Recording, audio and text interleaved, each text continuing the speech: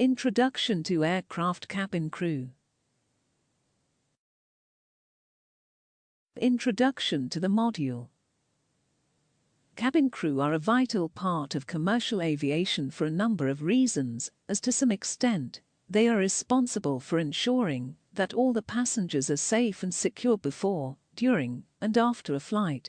The airlines recognize that cabin crew is a crucial component of the air travel industry, because, to most passengers, the cabin crew members are the face of the airline. Topics to be covered in this module are: understanding the UK aviation industry, definition of cabin crew, history of cabin crew, roles of a cabin crew. Understanding the UK aviation industry. The United Kingdom's aviation industry is ranked amongst the top aviation markets globally, with many airlines.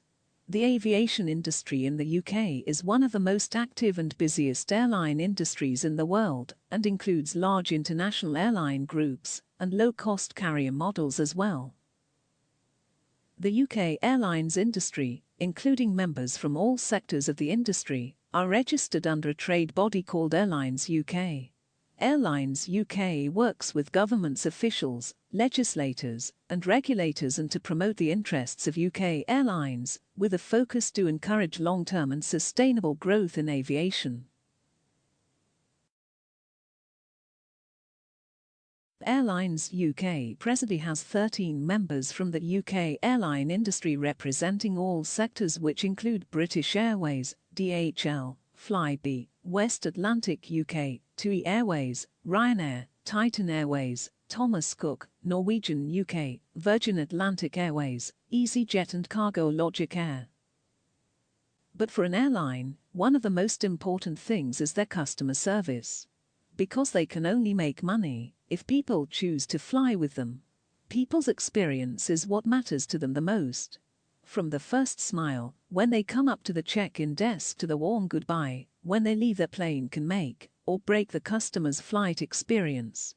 But another thing that really matters and can stand out like nothing else is the cabin crew.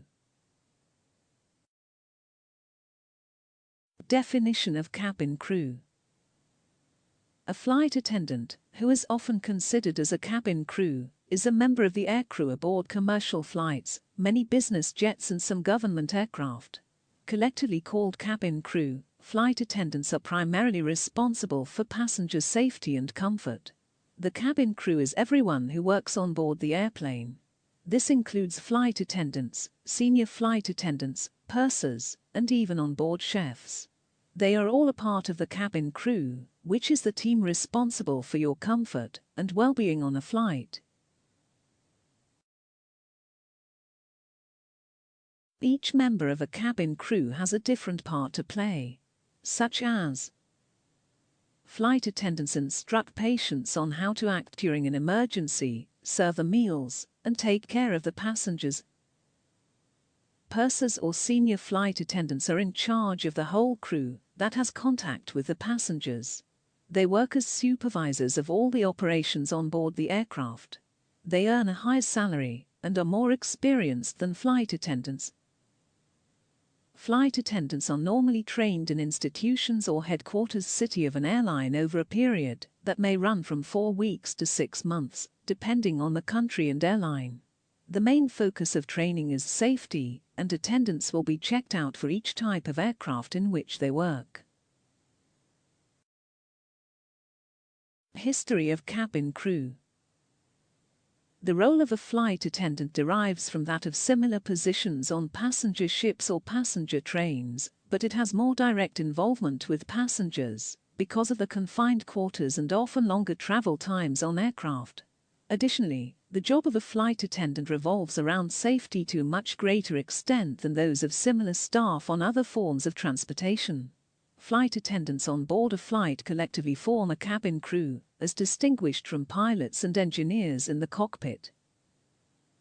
The first cabin crew was reportedly a man, named Heinrich Kubis, working on a German Zeppelin in 1911.